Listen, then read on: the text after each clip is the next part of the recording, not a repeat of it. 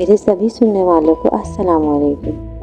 زندگی میں حالات کو بدلتے دیر نہیں لگتی، لیکن جب اپنے یوں دھوکہ دیں تو ہر شے سے جی اچاٹ ہو جاتا ہے۔ رشتوں کی سچائی جہاں زندگی کو رنگین بنا دیتی ہے، ویسے ہی آپس کی غلط فہمیاں رشتوں میں زہر گھول دیتی ہیں۔ ان دنوں میری خالہ زاد بہن سعدیہ کے حالات ٹھیک نہ تھے، تبھی وہ میری باجی کے بچوں کو ٹیوشن پڑھانے ہمارے گھر آیا کرتی تھی۔ جس کالج میں سعدیہ پڑھتی تھی اس کے قریب ہی ایک اور کالج تھا جہاں میں پڑھنے جایا کرتی تھی۔ ہم دونوں کالج کے راستے میں مل جاتے تھے تو ساتھ ہی گھر آ جاتے۔ ایک روز میں کالج سے گھر آ رہی تھی کہ راستے میں سعدیہ جاتی نظر آئی، لیکن وہ اکیلی نہ تھی، میری تائی کے بھائی شہروز اس کے ساتھ تھے۔ میں ان دونوں کو اکٹھے دیکھ کر حیران رہ گئی۔ اس کے بعد اکثر ہی میں نے یہ نظارہ دیکھا۔ جو ہی چھٹی کے بعد کالج سے نکل کر گھر جاتی، مجھے سعدیہ شہروز کے ساتھ جاتی دکھائی دیتی۔ کئی بار ایسا ہی ہوا کہ دونوں ایک ساتھ ہمارے گھر آ جاتے۔ دونوں ہی رشتہ دار تھے، ہمارے بھی اور آپس میں بھی، تو کسی نے اس معاملے کو ہوا نہ دی۔ حالانکہ سبھی کو معلوم تھا کہ یہ دونوں اکثر باہر ملتے ہیں۔ ہم سب گھر والے یہی سمجھتے تھے کہ غالب دونوں ایک دوسرے سے شادی کرنا چاہتے ہیں، تبھی ملتے ہیں۔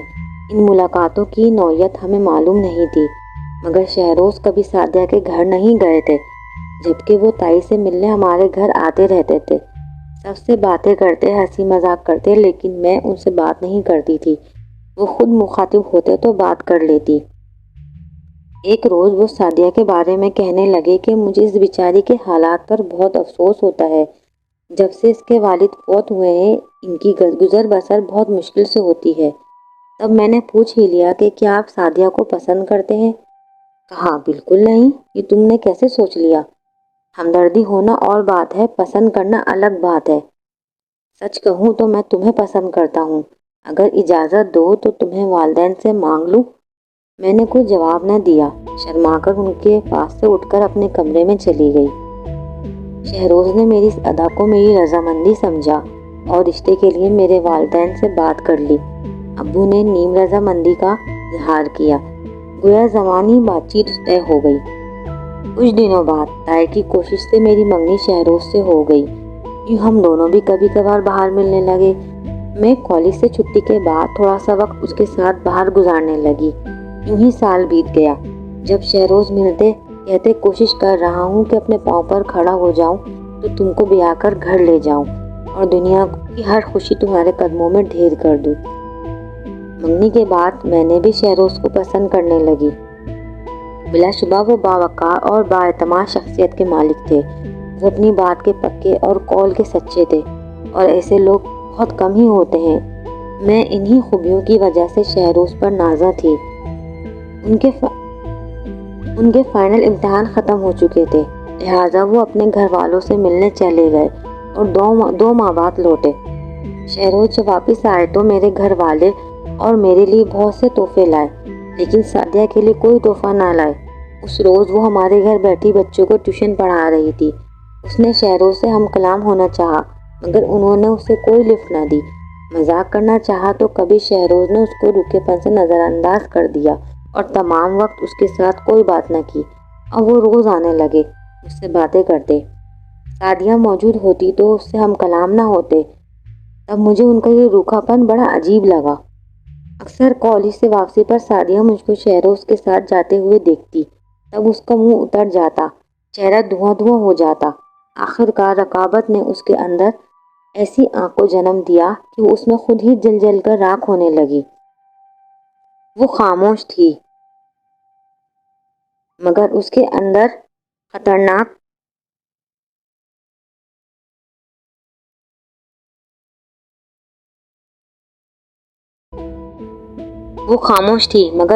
خطرناک قسم کی رقابت پل رہی تھی۔ اس نے میری بڑی بہن سے دوستی کر لی اور ان کے قریب ہو گئی۔ باجی بے حد سادہ لو خاتون اور دوسروں کی باتوں میں بھی جلدی آ جاتی تھی۔ ہمارے گھر بچے پڑھانے کے بہانے تو وہ روز ہی آیا کرتی تھی۔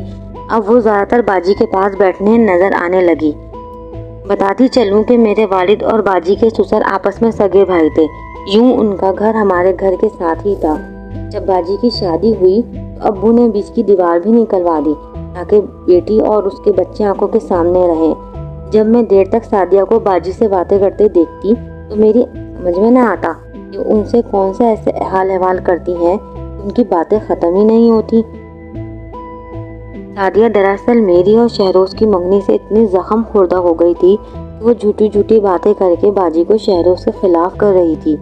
اس نے ان کو بتایا کہ شہروز عرصے تک اسے محبت کا جھانسا دیتا رہا اور پھر اس کی عزت کو تار تار کر کے منہ پھیر لیا۔ اس نے میری بہن کو یہ بھی بتا دیا کہ میں کالج سے چھٹی کے بعد اپنے منگیتر سے ملتی ہوں۔ خیر یہ بات تو صحیح تھی، لیکن پہلی والی بات صحیح نہ تھی، بلکہ اس نے شہروز پر سراسر بہتان لگایا تھا۔ یہ بات مجھے بعد میں شہروز نے بتائی تھی۔ رفتہ رفتہ باجی شہروز سے بدظن ہونے لگی۔ وہ اسے ایک غلط آدمی سمجھنے لگی اور سعدیہ کی باتوں پر یقین کر کے اس کو مظلوم اور شہروز کو ظالم سمجھ بیٹھی۔ وہ اب مجھے اپنے منگیتر سے ملنے سے منع کرتی۔ میں نے تبھی شہروز سے ملنا کم کر دیا۔ خیر یہ بات تو ٹھیک تھی، لیکن میری بہن اصرار کرتی کہ تم شہروز سے بالکل ہٹ جاؤ، اس سے نہ ملو، بات بھی مت کرو۔ وہ بات کرے تو بے رخی اختیار کر لو۔ جہاں تک رہ گئی شادی کی بات، تو اگر ہونا ہوگی تو ہو جائے گی۔ دراصل باجی فیروز کو ایک برا انسان سمجھ کر میرا رشتہ اس سے ختم کرانے کی سوچ رہی تھی۔ تاہم کھلا مخالفت تائی کی وجہ سے نہیں کر پا رہی تھی، کیونکہ وہ ان کی ساس تھی۔ باقی اندر ہی اندر میرا ٹیٹوا دباتی کہ شہروز سے نہ ملو، ورنہ میں ابو سے کہہ کے تم کو کالج سے نکلوا دوں گی، اور تعلیم تو میں کسی طور چھوڑنا نہیں چاہتی تھی۔ لہٰذا مجبوراً میں نے شہروز سے ملنا، بات کرنا بالکل ترک کر دیا، کیونکہ سعدیہ سائے کی طرح ہم دونوں کے پیچھے لگی تھی۔ یہ میری اور شہروز کی خواہش تھی کہ میں خوب پڑھوں۔ اب میں نے شہروز سے روکھا رویہ اختیار کر لیا، کیونکہ یہ میرا فائنل ایئر تھا۔ میں کوئی اڑچن نہیں چاہتی تھی سعدیہ کی سازش کا شکار ہو کر امتحان دینے سے رہ جاؤں۔ شہروز کو ان سب باتوں کا کچھ علم نہ تھا، تبھی وہ کافی پریشان رہنے لگے تھے۔ باجی نے امی کو سعدیہ کی کئی باتیں بتائیں تو وہ بھی شہروز سے بدظن ہو گئیں۔ ان کا خیال تھا کہ پہلے اچھی طرح اس کے اور سعدیہ کے گزارے مراسم کے بارے میں چھان بین کر لی جائے، پھر منگنی کو پکا سمجھا جائے۔ امی نے مجھ سے کہا، شہروز نے ماضی میں سعدیہ سے چکر چلایا تھا، بہتر ہوگا کہ تم اسے شادی سے انکار کر دو، تاکہ ہم تمہاری تائی کے سامنے برے نہ بنے، ورنہ ان سے تعلقات خراب ہو جائیں گے۔ یہ بات میں نے شہروز سے کہی، وہ بہت پریشان ہو گیا۔ باجی نے بھی کئی بار مجھ سے یہی بات کہی، لیکن میں چپ رہی، انکار نہ کیا نہ اقرار کیا۔ میں ابو کی جانب دیکھ رہی تھی، کیونکہ عورتوں نے باتیں ان کے کانوں میں بھی پہنچا دی تھی، لیکن وہ تحمل سے کام لے رہے تھے۔ کہا کہ ممکن ہے سعدیہ شہروز پر الزام لگا رہی ہو۔ ان کو ایسا ہی لگ رہا تھا، وہ ایک جہاں دیدہ آدمی تھے۔ جلد بازی میں منگنی توڑنے کا اعلان کر کے بھائی بھابھی کو ناراض نہیں کرنا چاہتے تھے۔ گھر کا ماحول ایسا ہو گیا کہ مجھے خوف آنے لگا، کہیں امی یا باجی شہروز کی بے عزتی نہ کر دیں۔ ایک روز جب وہ ہمارے گھر آئے تو میں نے موقع پا کر ان سے کہا کہ آپ یہاں مت آیا کریں۔ کہنے لگے، نہ تم باہر ملتی ہو، اس لیے گھر آیا ہوں کہ یہاں مل لو، تم سے بات کر لوں۔ میں نے التجا کی کہ مجھ سے نہ ملا کریں، ہماری منگنی تو ہو چکی ہے، اگر قسمت میں شادی ہوئی تو مل ہی جائیں گے۔ وہ افسردہ ہو گئے۔ مجھ سے نہ ملنے کی وجہ پوچھی، میں نے کوئی وجہ نہ بتائی، بس یہی کہا کہ مجھ سے نہ ملا کریں۔ اس کے بعد بھی وہ ہمارے گھر آئے، میں نہ ملتی، بلکہ ان کو دیکھتے ہی پڑوس میں چلی جاتی۔ سب سے زیادہ مجھے اپنی باجی کا خوف تھا، جنہوں نے دھمکی دی تھی کہ اگر تمہیں میں نے شہروز سے بات کرتے دیکھ لیا تو کالج سے نکلوا دوں گی۔ تو باجی کے خوف سے ایسا کر رہی تھی، اور شہروز سمجھ رہے تھے کہ میں ان سے نفرت کرنے لگی ہوں۔ جب کسی کی منگیتر اس طرح کا رویہ اختیار کر لے تو وہ آدمی کیا کچھ سوچنے پر مجبور نہ ہوگا، اور یہاں تو ساری زندگی کا سوال تھا۔ شہروز مجھ سے صرف ایک بار بات کرنے اور غلط فہمی دور کرنے کی خاطر کالج کے تمام راستے میرے پیچھے آئے، لیکن میں بات نہ کرتی۔ شاید میں بھی ان کو سعدیہ کا پرانا عاشق، پھر اس کا گنہگار اور مجرم سمجھ رہی تھی۔ میرے دل میں بھی اس شک کی بنا پر دراڑ آ گئی تھی کہ وہ میری خالہ زاد بہن کی عزت کے قاتل ہیں۔ ان سے بات نہ کرنے کا ایک مقصد یہ بھی تھا کہ وہ میری اس حرکت سے تنگ آ کر خود ہی مجھ سے ملنے نہ آئیں گے۔ میں سکون سے سالانہ امتحان دے لوں گی، اور بعد میں جو قسمت میں ہوگا دیکھی جائے گی۔ بے قرار شہروز کو کب چین تھا ایک روز کالج سے نکلتے ہوئے انہوں نے راستے میں مجھ کو گھیر ہی لیا، کہا کہ ایک بار میری بات سن لو، چاہے پھر عمر بھر بات نہ کرنا۔ تبھی میں ٹھہر گئی، اس وجہ سے بھی کہ کہیں لوگ ہماری طرف متوجہ نہ ہو جائیں۔ شہروز نے کہا، آج وجہ بتا دو کہ تم کیوں مجھ سے بے رخی برت رہی ہو، چاہے پھر منگنی توڑ لینا۔ میں نے ان سے سوال کیا، کیا آپ ماضی میں سعدیہ کو چاہتے تھے؟ یہ تم کیا کہہ رہی ہو؟ کیا تم واقعی سمجھتی ہو کہ میں نے تمہاری خالہ زاد کو دھوکہ دیا ہے؟ ہاں، ایسا ہی سمجھتی ہوں۔ آپ نے اس کی عزت خراب کی ہے تو اب آپ کو اسے اپنانا ہی ہوگا۔ میرے ذہن میں بس یہی الجھن ہے، اور یہی میرے گھر والوں کے ذہن میں بھی ہے۔ میرے گناہ کا کوئی ثبوت ہے؟ شہروز نے کہا، آپ کے گناہ کا کوئی ثبوت نہیں ہے، اس لیے تو سب خاموش ہیں۔ شہروز حیرت میں تھے، جیسے سکتہ ہو گیا ہو۔ تھوڑی دیر چپ رہے، پھر کہا کہ میری طبیعت ٹھیک نہیں ہے، جب تک دوا نہ لے لوں تم مجھے اس وقت تنہا چھوڑ کر مت جانا۔ اچھا ٹھیک ہے، آپ دوا لے لیں، میں یہیں ہوں۔ سامنے میڈیکل اسٹور تھا، یہ ان کے بھائی کی دکان تھی۔ وہ جلدی سے جا کر دوا لے آئے اور دکان سے نکلتے ہی ٹیکسی لے لی۔ ٹیکسی میں بیٹھ کر آئے، بولے ٹیکسی میں بیٹھ جاؤ، میں دوا پی لوں، اس کے بعد جہاں تم کہو گی اتار دوں گا۔ وہ راستے میں کہتے رہے، کیا واقعی تم مجھے برا سمجھتی ہو؟ کیا کبھی مجھ سے نہ ملو گی؟ کیا ہماری منگنی ٹوٹ جائے گی؟ اور میں ہاں ہاں کہتی رہی، نہیں ملوں گی۔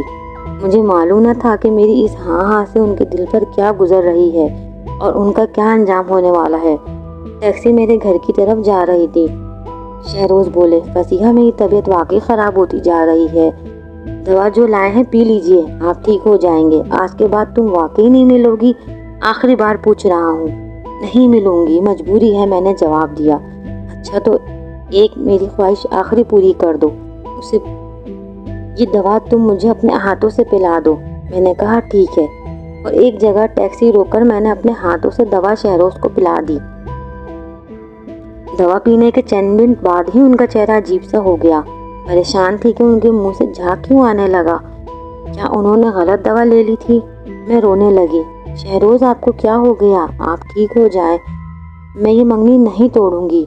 وہ بولے، آخری وعدہ کرو، جب کچھ دیر بعد میں دنیا میں نہ رہوں گا تم کسی کو یہ مت کہنا کہ یہ دوا تم نے مجھے اپنے ہاتھوں سے پلائی ہے۔ یہ کہہ کر انہوں نے چلتی ٹیکسی سے دوا کی خالی شیشی سڑک پر پھینک دی، جو گرتے ہی ٹوٹ گئی۔ ٹیکسی والا اچھا انسان تھا، اس نے میری مدد کی، کہا کہ بی بی، لگتا ہے انہوں نے خود اپنی زندگی کا خاتمہ کرنا چاہا ہے، دوا بھی خود لائے ہیں، بہتر ہے ان کو وقت ضائع کیے بغیر ہم فوراً اسپتال پہنچا دیں، بروقت طبی امداد ملنے سے ان کی جان بچ جائے گی۔ میں نے بھی اس وقت کوئی دوسری بات نہ سوچی، کیونکہ میں ہر حال میں شہروز کو زندہ دیکھنا چاہتی تھی۔ ٹیکسی ڈرائیور کی مدد سے ان کو ایمرجنسی میں لے گئے، مگر بروقت طبی امداد ملنے کے باوجود ان کی جان نہ بچ سکی۔ ان کی اپنی جذباتی غلطی سے جان تو گئی، لیکن انہوں نے یہ نہ سوچا کہ ان کے بعد ان کی قاتلہ کی حیثیت سے مجھے کتنے کشٹ سے گزرنا پڑے گا۔ ظاہر ہے اسپتال تو میں ہی ان کو لے کے گئی تھی۔ میرے بیان کے ساتھ ٹیکسی والے کا بھی بیان لیا گیا۔ اس نے منوعن وہی بتایا جو ٹیکسی میں ہماری گفتگو سنی تھی۔ کورٹ کچہری کا مرحلہ تو الگ، میرے گھر والوں نے بھی میرے ساتھ حقارت کا برتاؤ کیا۔ اب تو سعدیہ بھی بہت پشیمان تھی کہ اس نے ناحق شہروز کی جان لے لی۔ اس کا ارادہ تو صرف شہروز اور مجھ سے جدائی ڈلوانا تھا، جان لینے کا تو اس کا ارادہ نہ تھا۔ اس نے باجی کو رو رو کر اصل بات بتا دی کہ وہ غربت سے پریشان تھی، اور شہروز نے اس سے منہ بولی بہن بنایا ہوا تھا، کیونکہ دونوں ایک محلے میں رہتے تھے۔ شہروز اور اس کے گھر والے سعدیہ کے خراب مالی حالات سے بخوبی واقف تھے، تبھی وہاں ان کی مدد کرتے رہتے تھے، لیکن کسی کو بتاتے نہ تھے، یعنی اپنی نیکی کا ڈھنڈورا نہیں پیٹتے تھے۔ جب شہروز نے مجھے پسند کر لیا تو سعدیہ کے دل میں رقابت کا جذبہ پیدا ہو گیا، وہ اس سے شادی کی خواہاں ہو گئی۔ اس نے شہروز سے اپنی اس خواہش کا اظہار کیا تو ان کو اس لڑکی سے یہ بات پسند نہ آئی، اور انہوں نے اس کو ڈٹائی سے جواب دیا، تب وہ بھی ان کی خوشیوں کی دشمن ہو گئی۔ اسپتال سے ہی کیس پولیس کی تحویل میں چلا گیا۔ ٹیکسی ڈرائیور کی گواہی سے بھی میری جان نہ چھوٹی۔ یہ تو بھلا ہو پاکستان کی کرنسی کا، جو پولیس والوں کو کتنی بھلی لگتی ہے کہ اصل قاتل بھی چھوٹ جاتے ہیں۔ میں نے تو پھر قتل نہ کیا تھا۔ بہرحال کرنسی نے کام دکھایا اور بات بڑھنے سے قبل ہی پولیس اسٹیشن میں ختم ہو گئی۔ کرنسی نے مجھے سزا اور رسوائی سے تو بچا لیا، لیکن آج 50 برس گزرنے کے بعد بھی یوں لگتا ہے جیسے میں اپنے ضمیر کی جیل میں قید پشیمانی کی سلاخوں کے پیچھے قیدی کی سزا بھگت رہی ہوں۔ اے کاش میں نے اس کو یہ نہ کہا ہوتا کہ تم سے کبھی نہ ملوں گی۔ اس ایک جملے کی وجہ سے کیا بتاؤں کہ اب بھی میرا دل ویران ہے۔ شہروز نے یہ جملے کہنے کی مجھے کتنی کڑی سزا دی ہے۔ عمر ہی اب مجھے عمر قید لگتی ہے۔ میں نے ابھی تک شادی نہیں کی جبکہ 60 سال عمر ہونے آئی ہے۔ شادی کی عمر تو نکل چکی ہے لیکن میں آج بھی اس غم سے نہیں نکل سکی جو غم اپنے جذبات کے ہاتھوں خود کو قتل کر کے شہروز میرے دل کے دامن میں ڈال گیا ہے۔ اب تک یہ سوچتی ہوں کہ میں ایک محبت کرنے والے دل کو کرچی کرچی کر کے اس کے قتل کا سبب بن گئی۔ اگر یوں ڈر کر اپنی بہن کی بات نہ مانی ہوتی اور پہلے دن ہی ابا جی سے بات کر لی ہوتی تو آج شہروز اور میں ایک ساتھ ہوتے۔ پر سعدیہ کے دل جلے نے میری زندگی تو اجاڑ ہی دی پر شہروز کو بھی حرام موت مرنے پر مجبور کر دیا۔